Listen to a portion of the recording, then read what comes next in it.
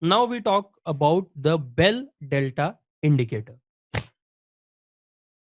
Now, what is the Bell Delta indicator? Bell order flow has an inbuilt delta indicator. Okay. The candlestick representation is fantastic and makes life so much easy while we are monitoring for divergences. Now, I am talking about the delta indicator that is inbuilt in the order flow chart. But what they have done is they are providing a separate delta indicator. Now, if you even go to other, chart providers, they also have this separate delta indicator. They plot it their own way. These guys have also plotted it in a way that is easy to understand. Right now, why is it important to have a separate indicator? The main reason is scaling. I'll show you an example on the chart. The inbuilt delta indicator cannot be scaled. You can only increase the height, but you cannot do it on the go. All right. But when you are plotting it as a separate indicator, it gets its own vertical axis and you can scale it bigger or smaller on the fly without changing the settings. This can be very, very useful in some cases. Then, not only can you plot delta candles and look for divergence, you can also plot cumulative delta. Now, we will see how to use cumulative delta today, and it is fantastic. We have already seen how to find divergences and what information do they convey. All right. So, this already done, this we will do today. Okay. The great thing is that you can even plot it on other charts like a VSA chart that we have been doing, or a simple bar or a candlestick chart, but intraday time frames, because we have less number of days of data. It does not make any sense plotting it on higher time frames, but you can plot it on intraday charts for last few days.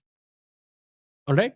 And it can be a bar chart or a candlestick chart. Now we know that VSA chart is a bar chart, and we can plot that delta values below. So whenever there is a good delta divergence occurring, you can make use of that information and use it along with VSA signals, the VSA sequential setups. All right. The other context that we are tracking from market profile chart and volume profile that is plotted on the VSA chart, combine it with this delta indicator, and you can use it on the go along with other tools. That is very, very good and a pretty useful feature, right? And then the delta itself is plotted in a candle format, so we will see this also. So not only is it plotting the closing delta value, it is plotting the open, the high delta, the low delta, and the closing delta. So if you are plotting delta in the divergence mode, as they call it, you will see that the open will always be equal to 0, because at the start of the bar there are 0 orders. Also buy will equal to sell, because there are no orders at all, so difference will always be 0. That is why the opening value of a delta divergence candle will always be 0. And then you will have a maximum delta, so this high value is nothing but max delta for that bar. Low value is minimum delta for that bar, and this is obviously the final delta.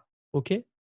Now, when this candlestick pattern or way of plotting delta was not available, or a separate indicator was not available, I used to look at the table. Okay.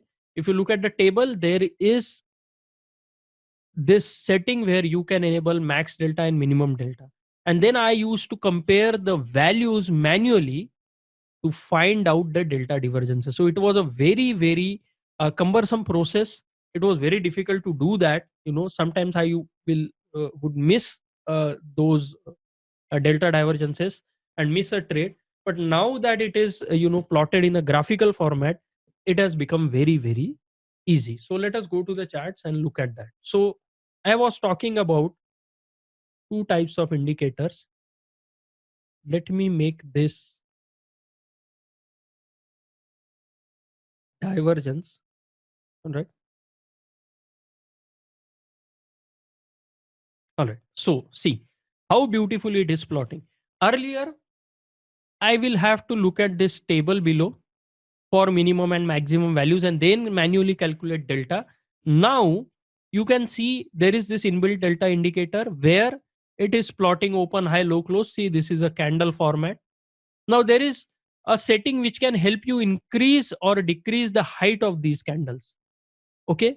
But you all have to go to the settings. I'll show you. If you go to indicators, if you go to settings and you have to scroll all the way down and you have to find that.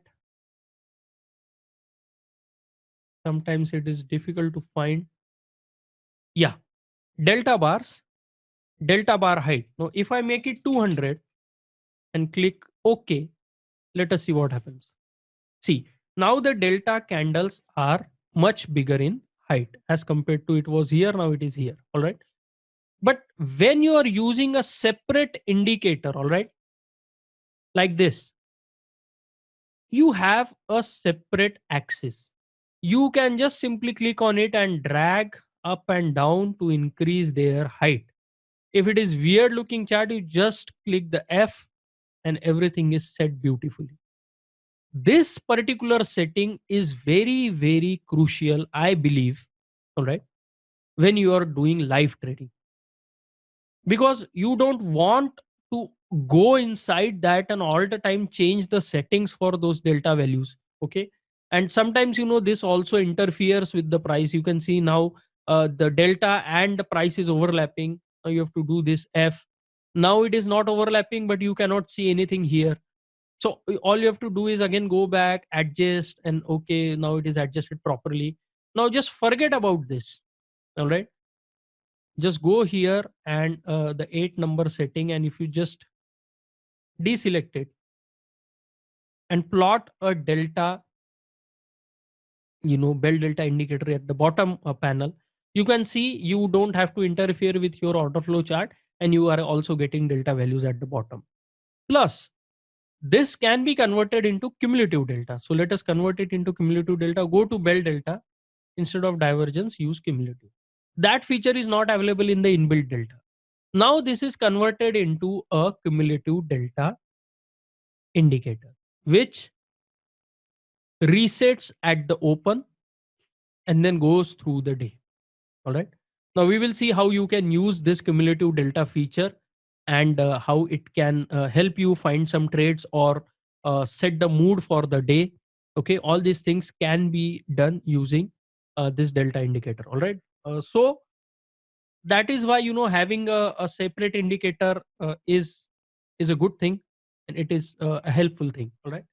Let us go back to the PPT.